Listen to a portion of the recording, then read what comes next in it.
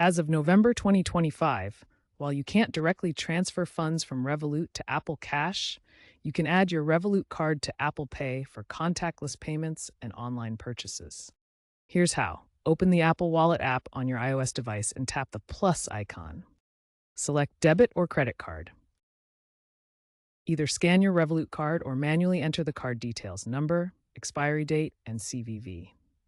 Your Revolut app might prompt you for verification. Once added, you can use your Revolut card via Apple Pay for purchases anywhere Apple Pay is accepted. Remember, this adds your Revolut card as a payment method, not directly transferring funds to Apple Cash. Since a direct transfer from Revolut to Apple Cash isn't available, you'll need a workaround. One option is to add your Revolut card to a third-party app like Venmo or PayPal. Use the Revolut card to purchase Apple Cash within that app, and then transfer the Apple Cash to your Apple Cash balance.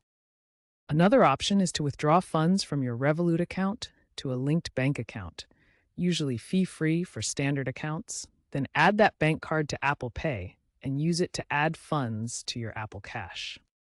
Keep in mind that some third-party apps might charge fees for these transactions, so compare the costs before proceeding.